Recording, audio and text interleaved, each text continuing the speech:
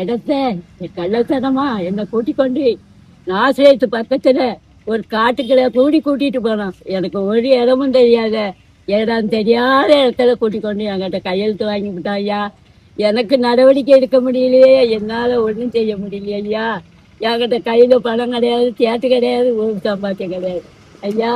குடும்பத்துக்கு எம்சார் ஐயா தந்த இதை வச்சு நான் இவ்வளோ நாள் காலத்தை கழிக்கிறேன். என் பிள்ளை மெட்ராஸுக்கு போயிட்டா.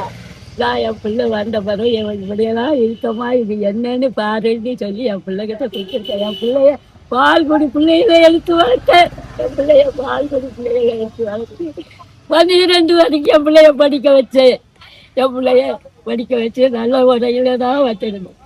என்னை போய் கைவிட்டு இந்த மாதிரி செய்தானுங்களே, நான் யாருக்கிட்டே 10 ரூபா வாங்கி கொடுக்கலையே, யாருக்கிட்ட நான் ஒன்றும் செய்யலையே ஐயா. எனக்கு ஒரு நடவடிக்கை எடுக்க மாட்டேங்காங்களே. 3 வருஷமா கிடந்து நானும் என் பிள்ளைய அழகிடவே ஒரு நடவடிக்கை ஒரு மகாராசனம் எடுக்கிறதுக்கு வழியிலையே. என்னோட பாவத்தை யார் கையெழுத்த போறா ஐயா? யாரையா கையெழுத்துவா? என்னுடைய பாவத்தை யார் கையெழுத்த போறா?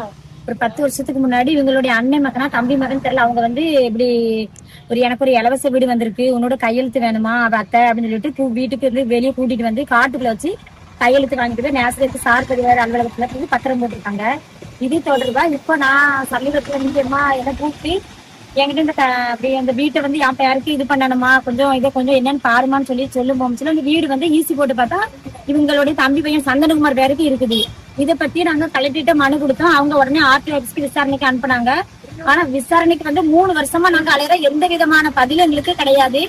இதுக்கு வந்து இந்த பத்திரத்தை போடும் அதிகாரிகள் எல்லாம் உடந்தையா இருந்து தலையாரி டிஓ அவங்க எல்லாருமே உடந்தையா இருந்து இவங்களுக்கு பிள்ளை குட்டி எதுவும் கிடையாது. இதை நம்ம வந்து சும்மா இருக்கிற ஒரு கவர்மெண்ட் நிலத்துக்கு இந்த எங்க அம்மா குடி இருக்கிற சர்வே நம்பர் வீட்டு நம்பரை போட்டு அவங்க வந்து அந்த நிலத்தை வந்து பத்திரம் போட்டுருக்காங்க. போலி பத்திரம் பதிவு பண்ணி மோசடி பண்ணிருக்காங்க. இது தொடர்பா புகார் கொடுத்து எந்த அதிகாரிகள் எந்த விதமான நடவடிக்கை எடுக்கல.